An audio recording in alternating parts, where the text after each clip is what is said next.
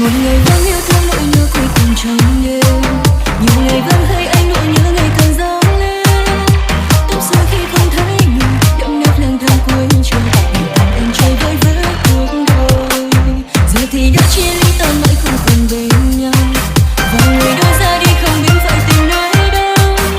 Ấy thế không có nghĩa là dứt khoát ta phải cách xa, nhưng chưa thể nào chấm dứt, không thể như thế. Một ngày nào đó thì đang không còn buồn nữa đâu, vững ít nỗi buồn sẽ tan vào trong hố sâu, rồi miên man cái giấc chỉ là chim bao thôi. Người mặc chiếc áo bông màu nhưng tìm bằng chỗ nào đang trong ánh đèn, trước mắt toàn là bóng đêm. Dòng người vẫn đưa xe một mình lối mơ mơ, lạc lối giữa bóng phấn này mình